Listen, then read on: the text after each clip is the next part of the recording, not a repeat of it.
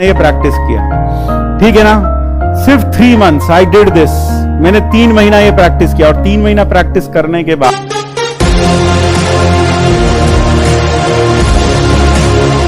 से 7 IITs और हर किसी में मुझे याद है लगभग 28 या 14 के करीब सीट्स थी। तो 28 के करीब सीट थी हर IIT में, इंटू 7 कर लो, कितना हो गया 7 8 56, 7 2 देख लो करके, है ना।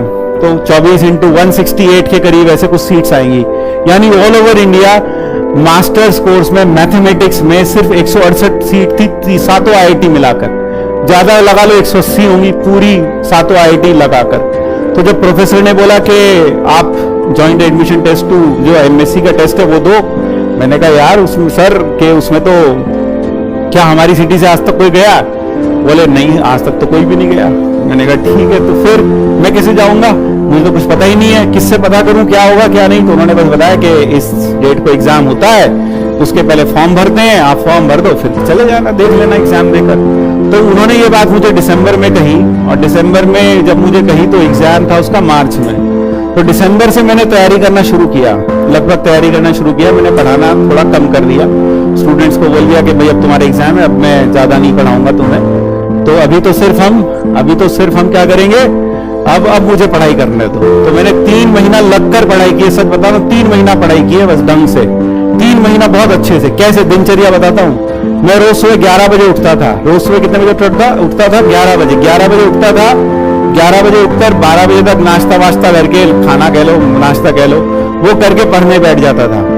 लगभग 12 साढ़े 12 बजे पढ़ने बैठा, फिर 3 बजे तक पढ़ा। फिर 3 बजे तक पढ़ने के बाद फिर थोड़ा खाया पिया, घूमे टहले फिरे, फिर 4 साढ़े 4 बजे फिर बैठ गए।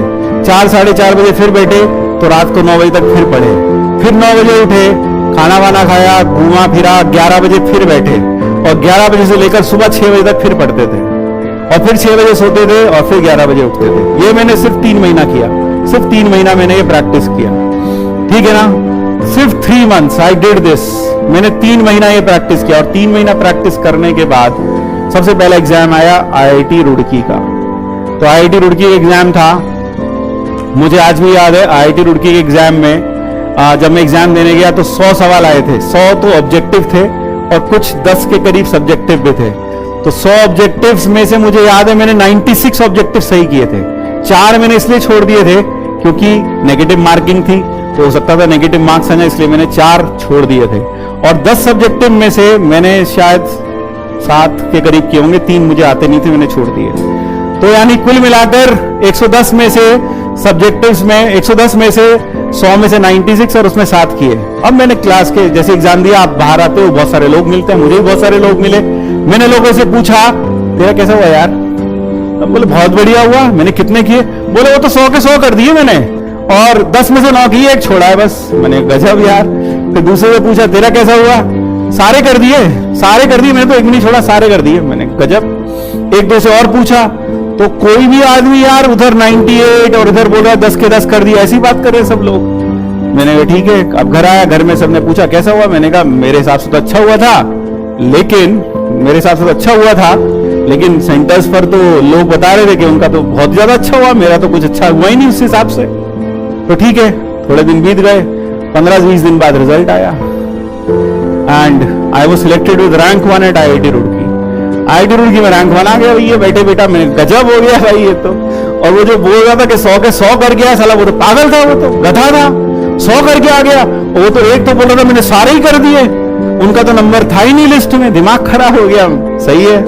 अब IIT रुड़की सहारनपुर, जो सहारनपुर रहता है, मेरा एक स्टूडेंट है यहाँ पर, स्टीव फ्रॉस्ट, पता नहीं क्या नाम रखा उसने, तो वो जानता है सहारनपुर से रुड़की बहुत पास है। तो सहारनपुर में रहकर रुड़की में सिलेक्शन हो जाए तो सच्ची बात क्या है, 30-40 मिनट, मेरे ख्याल से 1 घंटे करीब का रास्ता है घर से, कोई दिक्कत नहीं है। तो अब लाइफ चिल हो गई।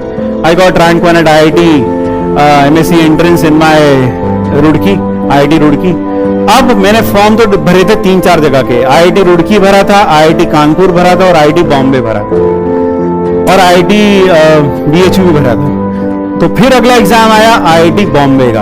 अब IIT रुड़की में सिलेक्शन हो गया, लाइफ चिल हो गई, पढ़ाना लिखाना मैंने बंद कर दिया, और अब सारा दिन आराम से बैठे थे क्योंकि एडमिशन में भी टाइम था 1-2 महीने का। तो घर में चिल मारते थे, घर वाले भी कुछ नहीं कहते थे कि पढ़ लो, तुमने पढ़ाना भी छोड़ दिया, पढ़ भी नहीं रहे हो। क्यों लगता था बंदे का रैंक आना आ गया और क्या चाहिए इसको।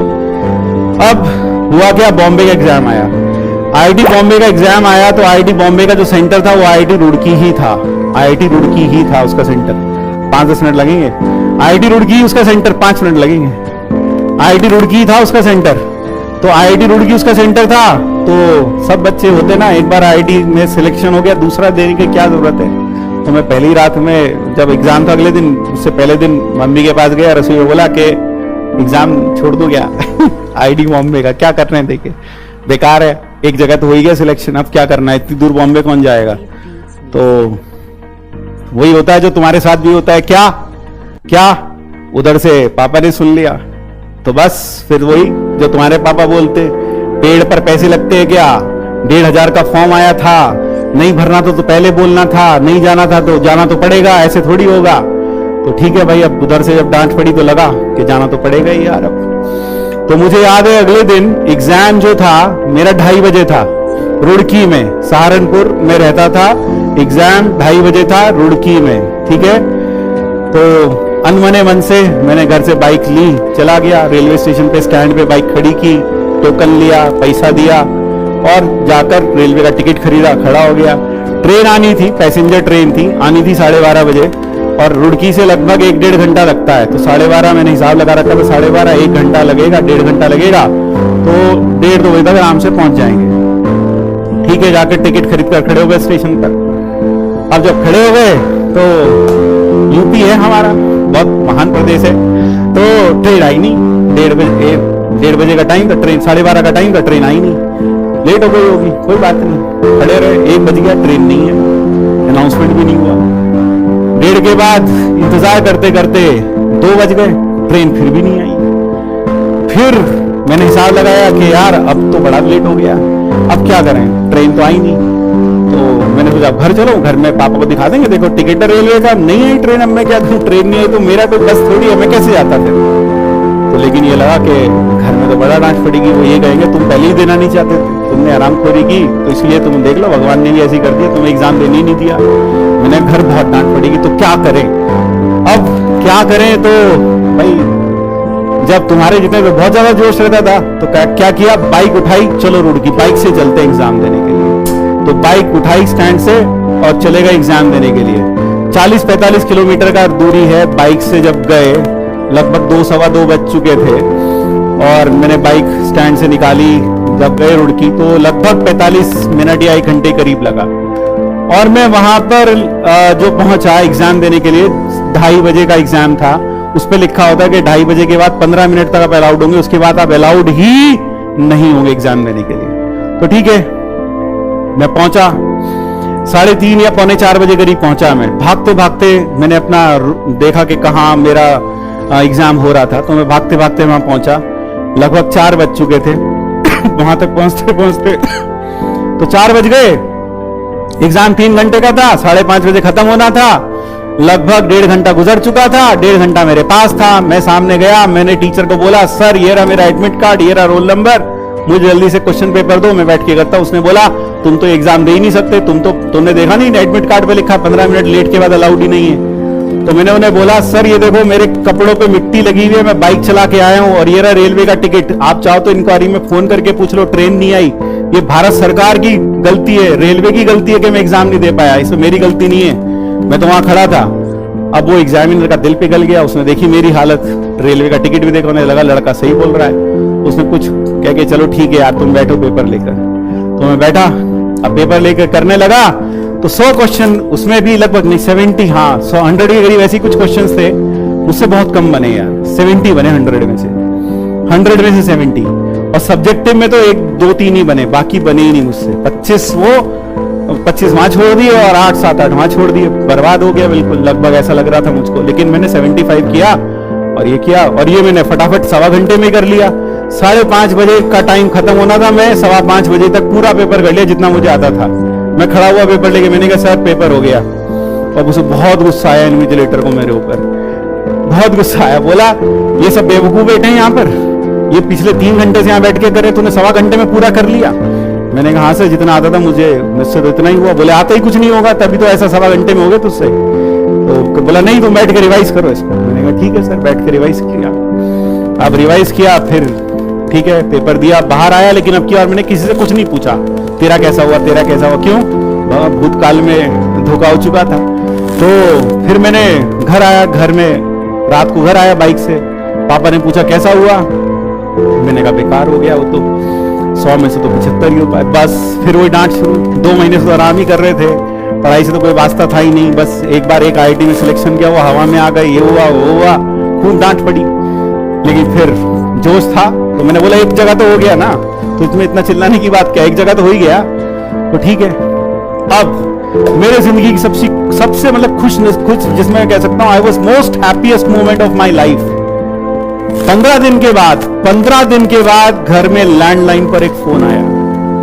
अब ध्यान से सुनना, 15 दिन के बाद, मेरे रोंगटे अभी भी खड़े हो रहे हैं ये बोलते हुए। 15 दिन के बाद लैंडलाइन पर एक फोन आया, रात को करीब 8 बजे, 7-8 बजे। मेरी मम्मी ने फोन उठाया, तो जैसे उन्होंने फोन उठाया, मैं दूसरे कमरे में था, वो मेरे पास ही बोले तेरा फोन है किसी का। मैंने किसका फोन है, बोले लग रहा है कोई तेरा दोस्त है उसका फोन है। मैंने कहां से है, बोले बॉम्बे से। मैंने मेरा दोस्त दिल्ली नहीं गया आज तक, बॉम्बे कहां से चला जाएगा। बोले नहीं बॉम्बे से फोन आया है। तो बॉम्बे से फोन आया तो मैंने उठाया, मैंने कहा हेलो।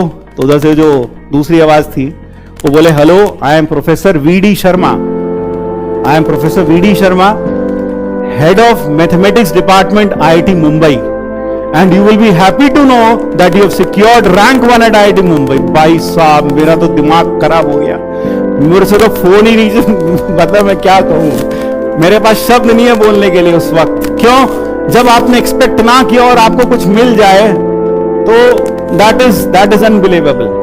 दिमाग खराब हो गया। मैंने बोला सर मैं आपसे भी बात करने की हालत में नहीं हूं, मैं इतना खुश हूं, मैं आपसे बात ही नहीं कर पा रहा, आप मुझे अपना नंबर लिखवा दो, मैं आपको कॉल बैक करूंगा। तो मुझे याद है अभी भी उन्होंने कहा when you are back in your senses then you can call me, जब तुम अपनी होशाबाद से वापस आ जाओ तब मुझे कॉल कर लेना। तो ठीक है, मैंने फोन रखा। सबसे पहले मैं पिताजी के पास गया, मैंने कहा पता कहां से फोन आया था, मैंने कहा कहां से, मैंने कहा बॉम्बे से, IIT बॉम्बे से। कहने किसका फोन था, मैंने कहा HOD क्लास का फोन था। तो बोले क्यों, ये बता रहा था फेल हो गया। मैंने कहा फेल होने के लिए फोन कर देंगे बेटा, तुम फेल हो गए ये बताने के लिए फोन कर देंगे वो। मैंने कहा नहीं। हाँ, तो मैंने उन्हें बताया कि उन्होंने बोला that I have secured rank 1 eight IIT Mumbai. तो that was the happiest moment of my life. तो यार जैसा वो खुशी मुझे कभी खुश नहीं हुआ जितना उस वक्त खुश था। तो ऐसी खुशी के पल आपको भी मिल सकते हैं, आप बस मेहनत करें, अपने ऊपर विश्वास करके करते चले जाएं। चीजें मुश्किल लगती हैं, चीजें असंभव लगती हैं, मुझको भी लगती थी। सहारनपुर से आज तक कोई नहीं गया था, मैं गया ना पहली बार। तो इसलिए मुश्किल लग सकती हैं, हर किसी को लगती हैं, लेकिन चीजें आसान हो जाएंगी।